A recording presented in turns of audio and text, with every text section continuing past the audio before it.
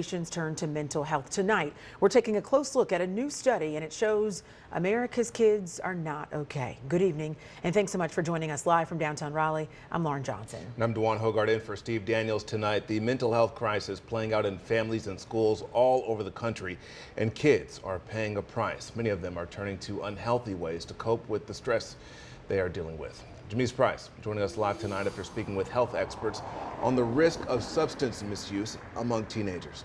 Hi. Hey, DeJuan, we are seeing the misuse of prescription ADHD medication in many ways, from trying to increase academic performance to giving a boost of energy. And according to the data, it's happening among children as young as middle school students. Tonight, we talked to a top pediatrician and therapist on what parents need to know.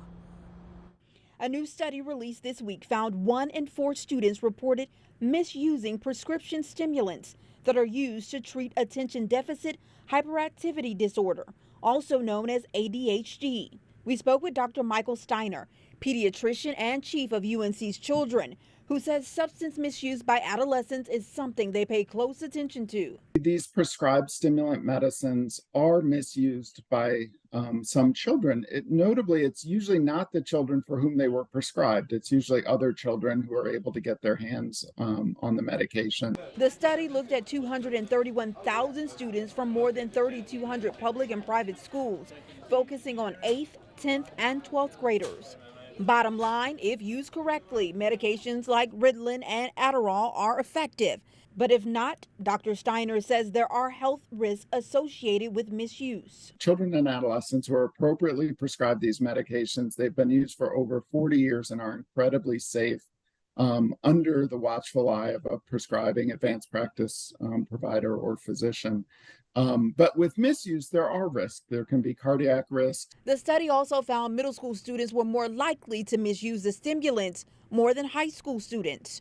Dr. Anthony Smith, licensed psychologist with Alashay Center for Enrichment, says this is a pivotal age for young children, and oftentimes they're crying out for help in the wrong ways. Kids don't know what to do with the emotions that they're feeling, the anxiety, the depression.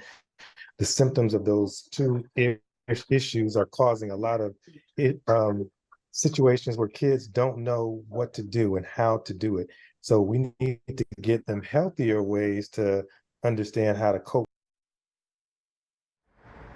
Dr. Smith and Dr. Steiner both say parents need to talk with their children, find positive ways to release that emotion, alleviate some of the pressure they may feel, and also, very important, make sure you keep that prescription medication under a watchful eye.